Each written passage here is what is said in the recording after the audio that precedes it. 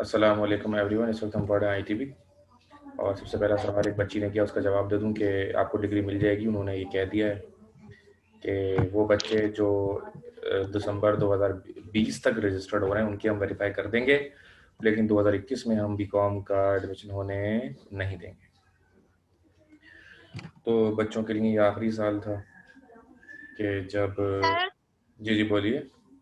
Sir मैंने enrolment जमा नहीं कराया। एनरोलमेंट जमा हो रहे हैं क्या अभी? एनरोलमेंट क्यों जमा नहीं कराया बेटा आपने? सर प्रॉब्लम थी कुछ। तो बेटा ये तो बहुत ख़तरनाक प्रॉब्लम थी, आप जाके बात करें बेटा। पेज नंबर 90s में कोई होना चाहिए। ये देखें, ट्रेड एग्रीमेंट की हेडिंग है पहली। सर पेज नंबर 75 है, question number 7। Sir last time हमने जो पढ़ाया था उसका पेज नंबर भी बता दिएगा, मुझे मिल नहीं रहा था नोट्स में। अच्छा ये देखें, ये सवाल आपको नजर आ रहा है, कुछ याद आ रहा है? हमने ये पढ़ा था, discuss the various difficulties in the way of foreign trade. नहीं सर, हमने ये नहीं पढ़ा। क्या कोई और इसको कंफर्म करेगा कि हमने ये नहीं पढ़ा? दो नहीं गवाहियां पढ़ा चाहिए सर, हमें। हमने ये नहीं पढ़ा। दो गवाहियां आ गई, चलें ठीक है जी।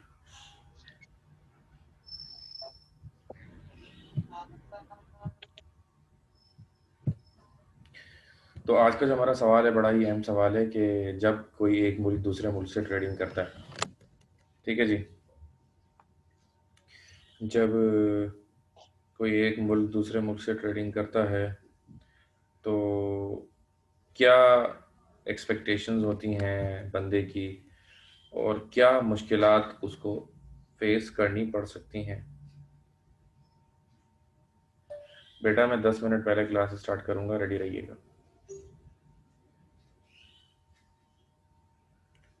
एक मैसेज और कर दूं। बेटा मैं 10 मिनट पहले क्लास स्टार्ट करूंगा, रेडी रहिएगा। Boys girls okay. अच्छा जी, तो हमारा सवाल क्या है कि discuss the various difficulties in the way of foreign trade. Foreign trade में किन मसाइल का सामना हमारे लोगों को करना पड़ता है, ठीक है जी। लास्ट क्लास वाली वीडियो आपको मिल जाएगी और सवाल कौन सा था ये भी अगर आप बता दें तो मेरे लिए आसानी हो जाएगी आपको वो सवाल भी पढ़ाने के लिए, ठीक है।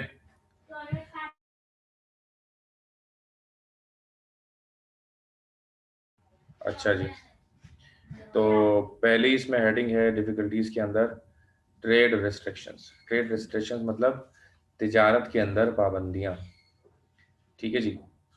तो सबसे पहला मसला ये है कि हर मुल्क की अपने अपने कानून होते हैं, अपने अपने लॉज होते हैं। अब हर मुल्क अपने अपने हिसाब से सेट करता है चीज़ों को ना, कि उसने किस चीज़ में बिजनेस करना है, किस चीज़ में उसने ट्रेडिंग करनी है नहीं करनी है, ठीक है। तो the first heading is trade restrictions.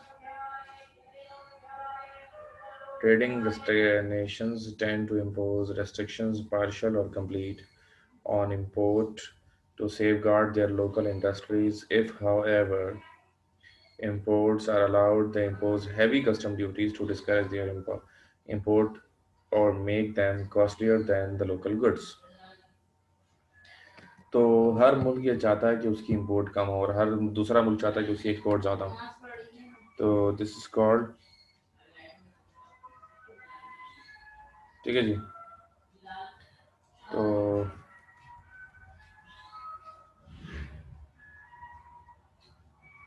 This is called conflict of interest.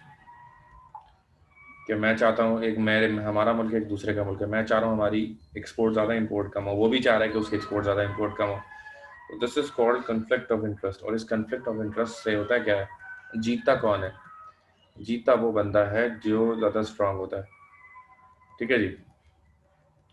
जिस तरह मैं हेडफोन इस्तेमाल कर रहा हूँ, आप लोग भी अगर हेडफोन इस तरह से इस्तेमाल करेंगे तो आपको सही आवाज़ आएगी, ठीक है जी। क्योंकि इसमें ज़्यादा ज़ोर से और कम बोलने से इतना कोई खास फर्क नहीं पड़ता।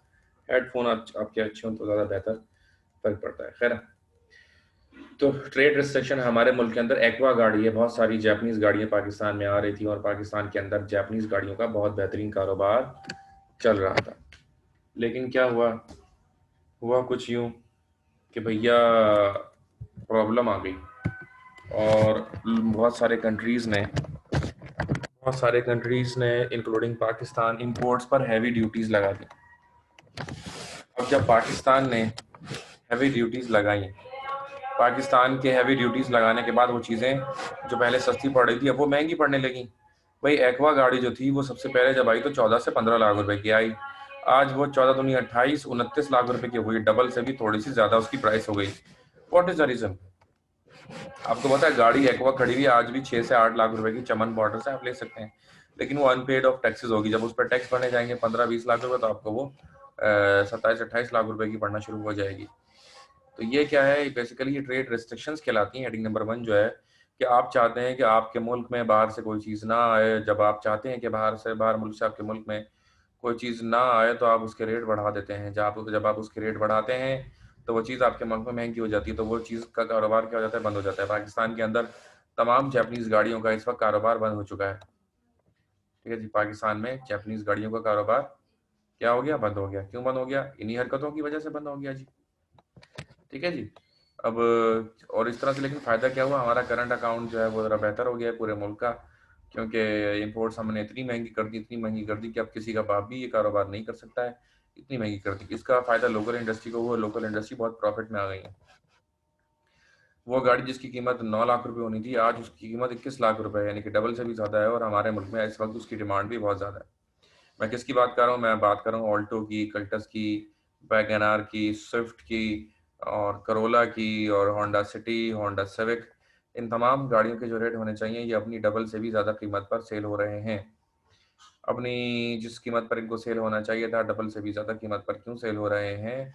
उसकी वजह ये है कि भैया बाहर के लोगों को हमने आने नहीं दे रहे, तो इसलिए इन लोगों के मौजा लगी हुई इनकी, ये इतना महंगा महंगा बेच रहे हैं। इसी तरह हेडिंग जो है number 2, difference of the language. Language का जो फ़र्क होता है ये बड़ा फ़र्क होता है।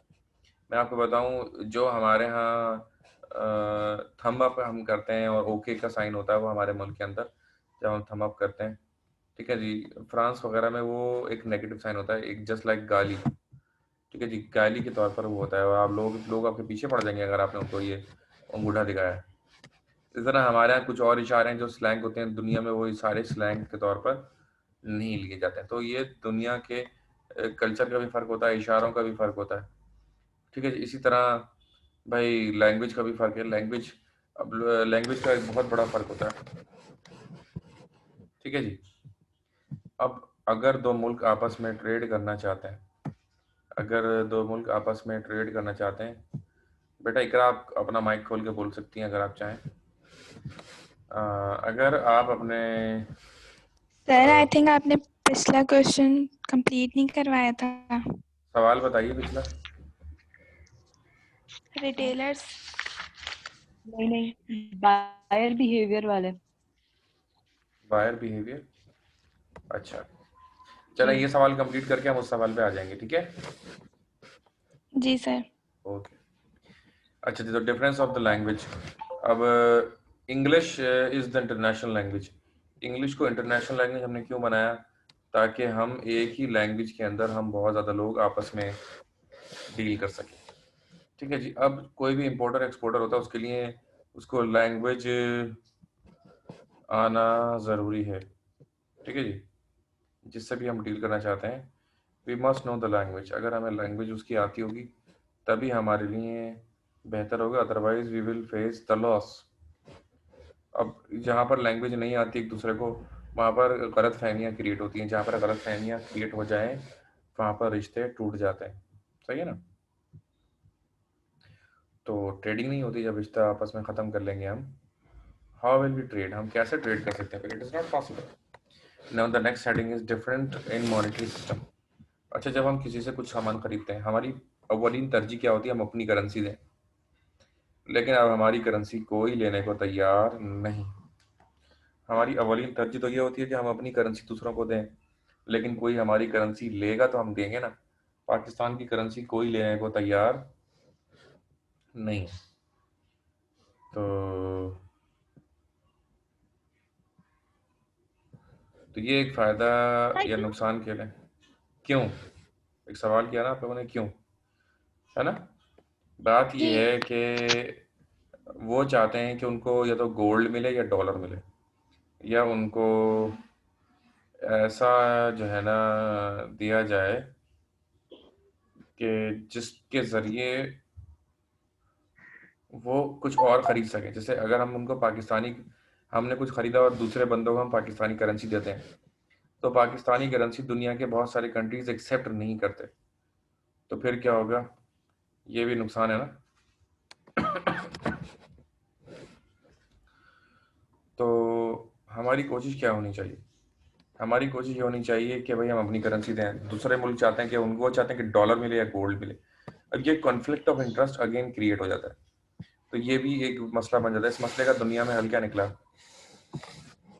इस मसले का दुनिया में हल ये निकला कि भैया अगर आपको ट्रेड करना है तो आप किस में ट्रेड करें? आप ट्रेड करें डॉलर। ठीक है, जो तो तकरीबन दुनिया की मेजॉरिटी कंट्रीज डॉलर को एक्सेप्ट करने को तैयार हो जाते हैं, लेकिन again it have so many problems. ठीक है जी। अब इसमें प्रॉब्लम्स क्या हैं? इसमें जो प्रॉब्लम्स हैं वो ये हैं कि भाई अगर आप डॉलर में ट्रेड नहीं करते हैं तो अमेरिका आपके पीछे पड़ जाएगा। आप अपनी करेंसी देंगे तो दूसरा वाला लेगा नहीं, और जब आप डॉलर में ट्रेड करेंगे डॉलर जो है वो मजीद मजबूत होता जाएगा। अगर हमें डॉलर को हल्का लेकर आना है तो इसके लिए हमें डॉलर को नीचे लेकर आना होगा ना। जब तक हम ये नहीं करेंगे इसका कोई हल नहीं निकलेगा। ठीक है जी। सर डॉलर को नीचे कैसे ला सकते हैं? डॉलर को ट्रेड ना करके, जब डॉलर के में अंदर हम ट्रेड नहीं करेंगे तो डॉलर की वैल्यू नीचे आना शुरू हो जाएगी। देखें डिमांड है ना, अभी डॉलर की डिमांड बढ़ी हुई है। जब डॉलर की डिमांड बढ़ी हुई है तो डॉलर की सप्लाई भी बढ़ रही है और उसकी वैल्यू भी बढ़ रही है। डिमांड कम होगी तो सप्लाई भी कम होगी और वैल्यू भी कम होगी। लेकिन देखें कोई ना कोई तो चाहिए ना फिर हमें सब्स्टिट्यूट। और फिर पूरा उसने दुनिया को प्रेशर दिया हुआ है अमेरिका ने ना। अगर आप अमेरिका की हेडिंग, अच्छा अमेरिका की अगर आप करेंसी पर डील नहीं करेंगे ना तो वो आपको टिकने नहीं देगा दुनिया में। अच्छा मैं एक बात बता के बस अपनी बात को आगे बढ़ाऊंगा कि यूएस के हवाले से क्या हुआ कि 3-4 बड़े बड़े दुनिया में लीडर आए, बड़े अच्छे नामी गिरामी लीडर। पाकिस्तान में जुल्फ़िकार अली भुट्टो, यासिर अरफात, ठीक है जी, शाह फैसल, मोहम्मद कद्दाफी, इन सब ने क्या करा, इन्होंने एक प्लान बनाया कि हम अपनी खुद की मुस्लिम करेंसी निकालेंगे और हम उसमें डील करेंगे, डॉलर में डील नहीं करेंगे। अमेरिका का इस पे कोई रद्द-ए-अमल नहीं आया, लेकिन कुछ ही दिनों में हमने देखा कि आज उनमें से तमाम के तमाम लीडरान कत्ल हो चुके हैं और एक भी जिंदा नहीं है। आ रही बात समझ? तो ये कॉन्स्पिरेसी है जो आज तक सॉल्व नहीं हो सकी, और उसके बाद किसी दूसरे लीडर की हिम्मत नहीं हुई कि वो किसी ऐसी करेंसी की बात करे जो इसमें तमाम मुस्लिम कंट्रीज आपस में ट्रेड करें। ठीक है जी। Now the cost of transportation.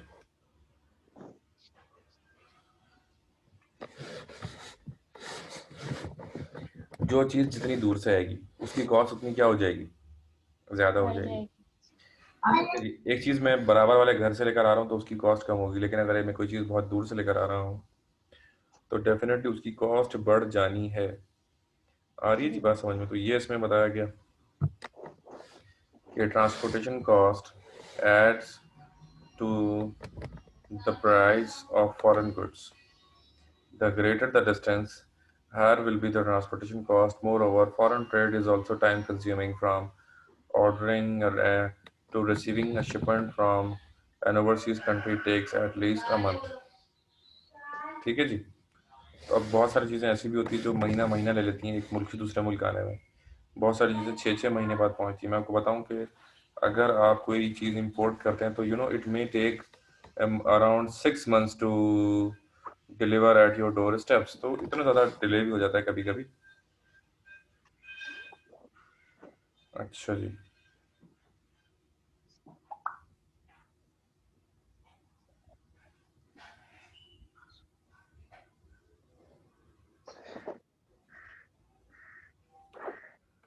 Miscellaneous barriers में क्या है?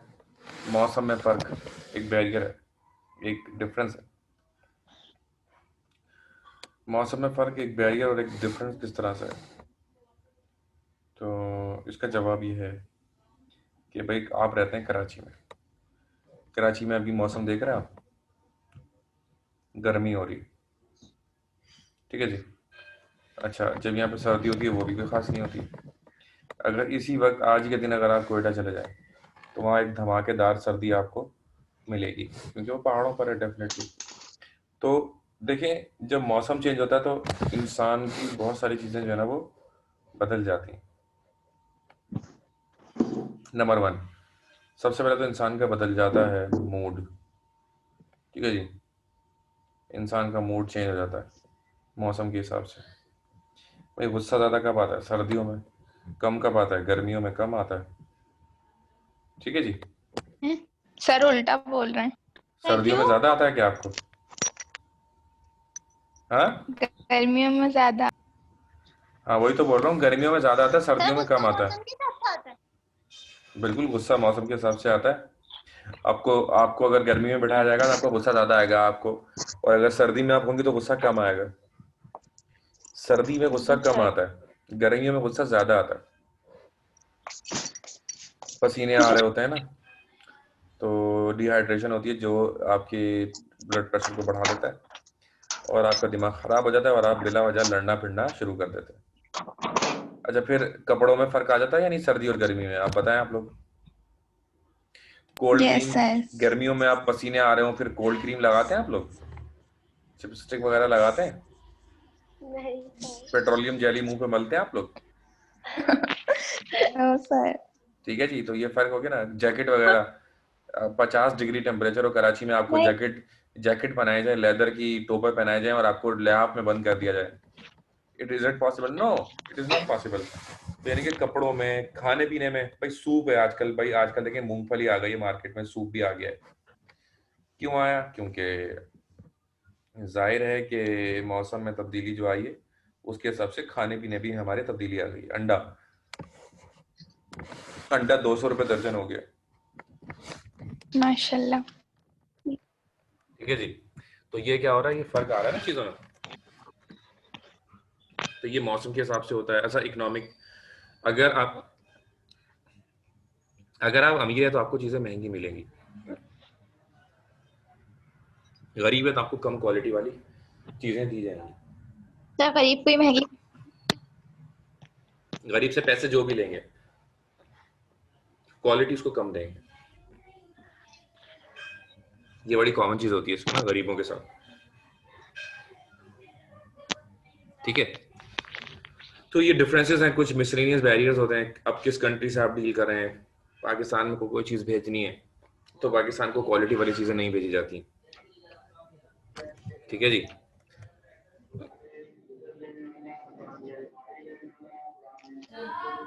अच्छा जी, बैरियर्स साइकोलॉजिकल होते हैं, लीगल होते हैं, एनवायरमेंटल होते हैं। तो there are many kinds of barriers.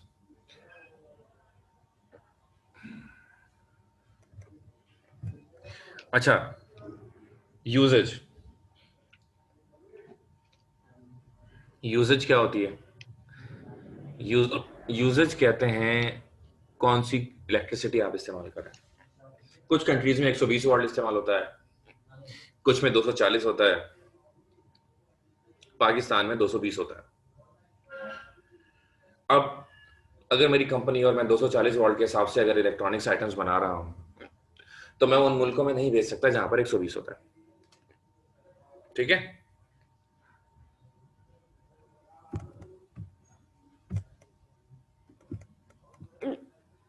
अच्छा जी, यहां पर ये सवाल हो गया कंप्लीट। आपने ये सवाल याद करना है, ठीक है जी।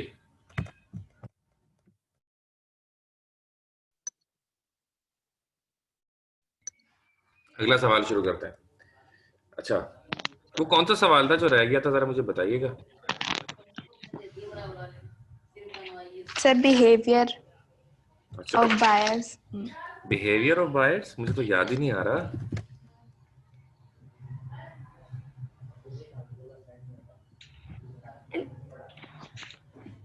पेज नंबर 55 है, 59 है। Page number sir 59। मार्केटिंग वाले चैप्टर में। Buyer such behaviour. बताएं, सच। यस सर, सर सच क्लास में बता रहे ही हैं। हुआ था। So the next question is describe the advantages and disadvantages of international trade. अब हम ये पढ़ रहे हैं सवाल कि इंटरनेशनल ट्रेड के फायदे क्या हैं और नुकसानात क्या हैं। एडवांटेजेस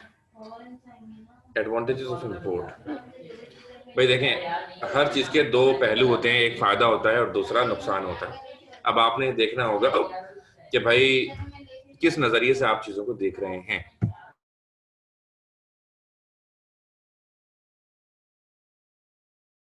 एडवांटेज क्या है? सबसे पहला एडवांटेज ये है कि कोई चीज आपके मुल्क में शॉर्ट हो रही है और शॉर्ट होने की वजह से बहुत सारे लोग उसको इस्तेमाल करने से कासिर हो गए। मिसाल के तौर पर टमाटर 600 रुपए किलो हो गया है, या कोई मेडिसिन है जो लाइफ सेविंग है, बगैर मेडिसिन के लोगों के लिए जिंदा रहना मुश्किल हो रहा है। अगर वो मेडिसिन जो है नहीं मिलती तो लोग मर जाएंगे। तो अब इंपोर्ट आप कर सकते हैं। जब आप इंपोर्ट करेंगे तो इंपोर्ट करने से क्या होगा कि इंपोर्ट करने से आपको वो चीज अवेलेबल हो जाएगी। ठीक है जी। तो अवेलेबिलिटी ऑफ गुड्स, सबसे बड़ा फायदा जो इंपोर्ट का होता है वो अवेलेबिलिटी ऑफ गुड्स होता है। ठीक है जी, वो चीज आपको मिल जाती है। दूसरा फायदा रिडक्शन इन प्राइसेस। देखें जी, जब आप इंपोर्ट करेंगे तो सप्लाई बढ़ जाएगी। जब सप्लाई बढ़ जाएगी तो वैल्यू क्या हो जाएगी? कम हो जाएगी। तो लोगों को वो चीज सस्ती मिलने लगेगी। टमाटर पाकिस्तान के अंदर 500 रुपए किलो हो गया। जब टमाटर 500 रुपए किलो हो गया तो इंडिया से हमने इंपोर्ट किया। सर नोट्स में तो है जी, नोट्स में ये वाली तो नहीं है हेडिंग। कोई बात नोट्स में ये नहीं है, नंबर बिल्कुल अलग है। आगे पीछे देख लें, थोड़ा होगी। अगर नहीं हो तो आप यहाँ से स्क्रीनशॉट लेकर कॉपी में लिख भी सकते हैं। देखें हम आपको कितनी फैसिलिटीज दे रहे हैं। सर नोट्स में बहुत छोटी छोटी हेडिंग। अच्छा, यहाँ बड़ी हैं तो यहाँ से कॉपी आप कर लेना, फिर कोई ऐसी बात थोड़ी है, यहाँ से ले लें आप। अच्छा जी, तो रिडक्शन इन प्राइसेस, जब उसकी सप्लाई नॉर्मल हो जाती है तो प्राइसेस रिड्यूस हो जाती हैं। टमाटर आप जानते हैं, जब हमारे हालात खराब हुए, इंडिया से हमने टमाटर लेना बंद कर दिए तो पाकिस्तान में टमाटर बहुत महंगा हो गया और इंडिया में टमाटर मतलब रोडों पर आ गया। फिर हमने क्या किया, जब हमने इंपोर्ट किया यहाँ पर 300 रुपए किलो से दोबारा 50 रुपए किलो पर टमाटर आ गए और वहां पर भी टमाटर की वैल्यू थोड़ी बेहतर हो गई इंडिया में। यानी कि जब एक्सपोर्ट और इंपोर्ट नहीं होती है तो दो मुल्क जो आपस में डील कर रहे होते हैं, दोनों मुल्कों का नुकसान हो जाता है। ठीक है जी। अच्छा, माइक, जब आपने कुछ बोलना नहीं तो अपना माइक जरूर बंद रखें। या अल्लाह। Competition and quality. 3190 आ रहे हैं। 1190 आ रहा है क्या? हेलो, क्या हो गया? 1190? देखो जरा, यहाँ पे रफ्तार लिखे हैं, यहाँ पर अलग लिखे हैं। अरे रफ्तार पढ़ा रही हो तुम, यहाँ पे तुम हमारी सुनी नहीं रही है। बच्ची वहां पे रफ्तार बता रही है 190। खैर मैंने बंद कर दिया मैं। अच्छा जी, तो कंपटीशन एंड क्वालिटी, जब हम ज्यादा लोगों को चांस देते हैं प्रोडक्शन का, उससे फायदा क्या होता है कि कंपटीशन डेवलप होता है और फिर क्वालिटी पर भी बात चले जाती है कि जो ज्यादा सस्ता और ज्यादा अच्छा बेचेगा उसकी सैलरी, उसकी जो सेल होगी वो बढ़ जाएगी, उससे लोग खरीदारी करेंगे, उसका बिजनेस डेवलप होगा। ठीक है जी। इसके बाद है पॉलिटिकल रीजंस। देखें, दोस्ती पता है कब होती है? जब आप करीब होते हैं एक दूसरे के तो दोस्ती होती है। ठीक है जी। और दोस्ती बढ़ते बढ़ते क्या हो जाती है आपको पता, ये बताने की जरूरत नहीं है ना, पता है ना आप लोगों को? अच्छा, तो सही है, हेडिंग्स नहीं है कुछ भी। कोई बात नहीं बेटा, आप यहाँ से स्क्रीनशॉट लेना, लिख लें। सर नोट्स में से पढ़ा है ना। तो बेटा ये भी है ना, ये बड़ा अच्छा लिखा हुआ है, मैंने इसलिए मैंने निकाला है आपको पढ़ाने के लिए। तो I just want your benefit, मैं आप ही का फायदा चाहता हूँ। समझ में आ रही? आप बच्चे हमारे सेकंड हेडिंग दिखा दें स्क्रीनशॉट के लिए। चलें ठीक है, मैं दिखाता हूँ अभी दोबारा से। अभी पिछला भी दिखा दूंगा यहाँ से। तो कर देना। क्या कर दूं? PDF फाइल सेंड कर दिया। ठीक है, आप लोग मुझे इसकी फीस दे दीजिएगा। PDF सेंड करने के 1000 रुपये होते हैं, 100 रुपये मिला के आप मुझे व्हाट्सएप कर दें। सर हमें फ्री में इजी मिलती पैसा है रोज। है, चार्जेस नहीं होते इसके? फ्री में मिलती है। नहीं सर। अच्छा सर आप ये लेक्चर अपलोड करेंगे क्या? जी जी करेंगे, मैंने पिछला इसकी लेक्चर भी फीस अपलोड कर दिया है। कराची एजुकेशन फोरम यूट्यूब पे हमारा चैनल है, उसको सब्सक्राइब भी कीजिएगा आप। Okay sir. मैं अभी दिखाता हूँ ना, अभी आपको एक मिनट। सर क्या नजर आ रहा है अभी आपको?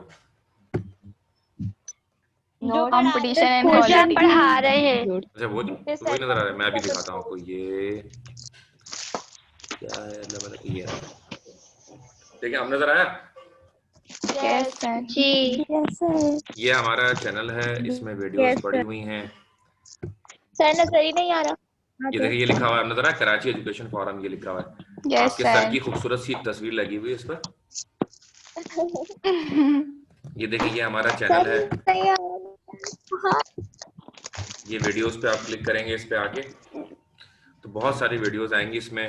ITB की, इंग्लिश की और इकोनॉमिक्स की, जो आपका दिल करे आप उसमें पढ़ सकते हैं। PST भी है इसके अंदर, आपका PST भी है ना, यस और ITB की भी इसमें पड़ी हुई है, जो मैंने लास्ट क्लासेस आपके लिए ना, वो सब इसमें मिल जाएंगी आपको। ठीक है, तो आपने ये देखने इतनी सारी वीडियोस हैं इसमें, तो आप इसको सब्सक्राइब भी जरूर कीजिएगा। ठीक है जी सर ठीक है। ओके। मलाइका कह रही है मेरा चैनल सब्सक्राइब कर दे, मैं आपका कर दूंगी। कैसे करना है?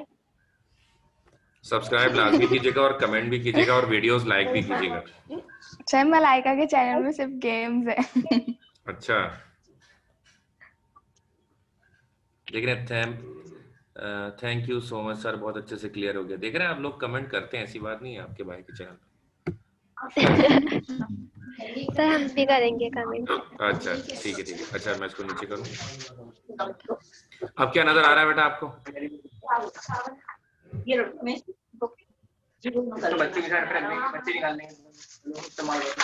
देखें, किसी की फैमिली की आवाजें आ रही हैं, आप बेहतर है कि आप बंद करो।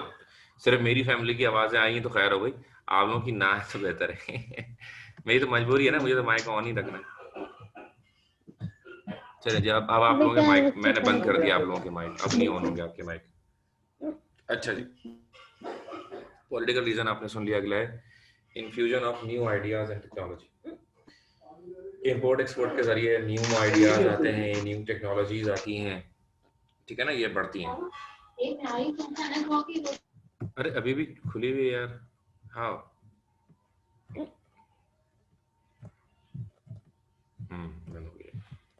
डिसएडवांटेजेस।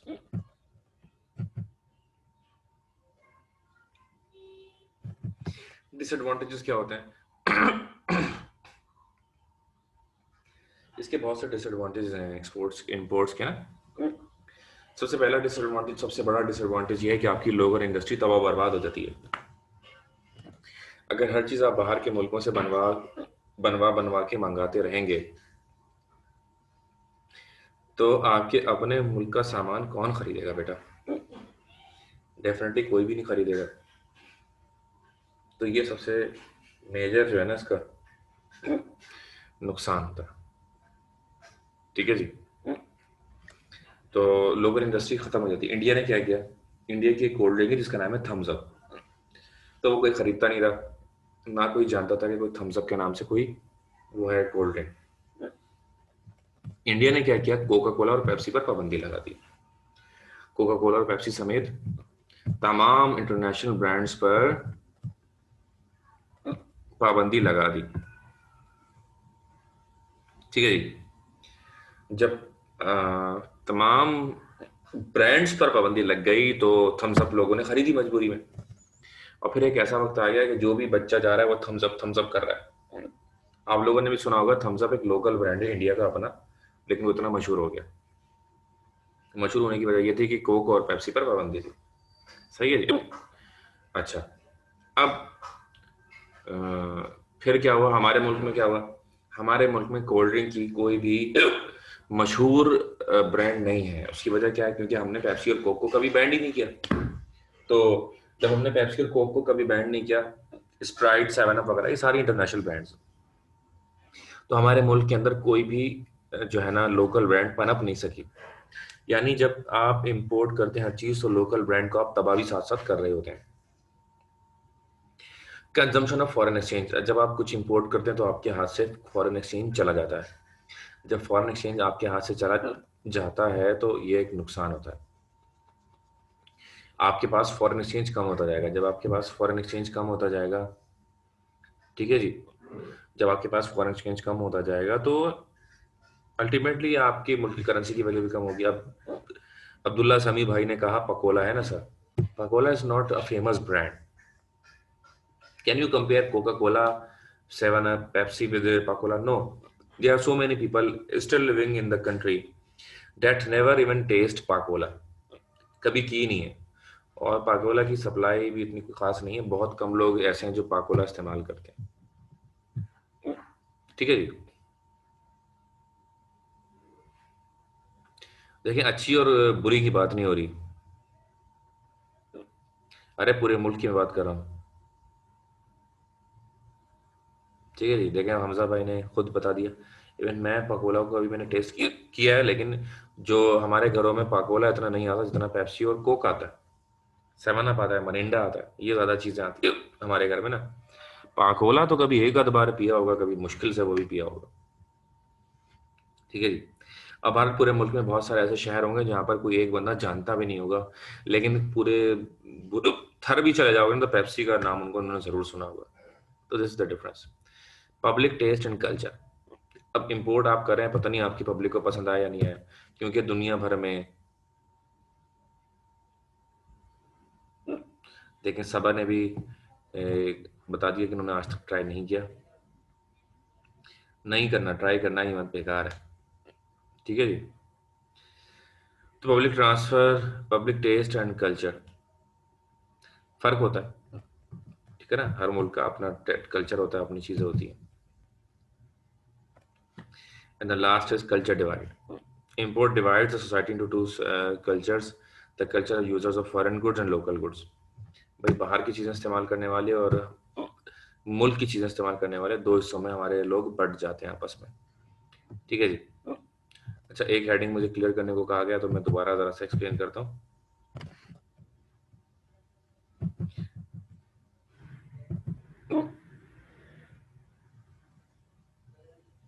ये वाली, infusion of new ideas and technology, closure of borders for import brings only short-term benefits, but in the long run it creates suffocation, brings quality down owing to lack of competition, increases the wealth of sellers at the cost of buyers। यानी जब import आती है तो technology नहीं आती है, हर चीज नहीं आती है आपके मुल्क में, नई नई चीजें आपके मुल्क में आती हैं जिसको इस्तेमाल किया जाता है। अगर आप इंपोर्ट बंद कर देंगे तो मॉडर्न और डेवलप चीजें आपके मुल्क में आना बंद हो जाएंगी और आप जहां पर है वहीं पर रुक जाएंगे। तो ये इसका नुकसान है इंपोर्ट ना होने का, और ये फायदा है इंपोर्ट होने का, ठीक है जी।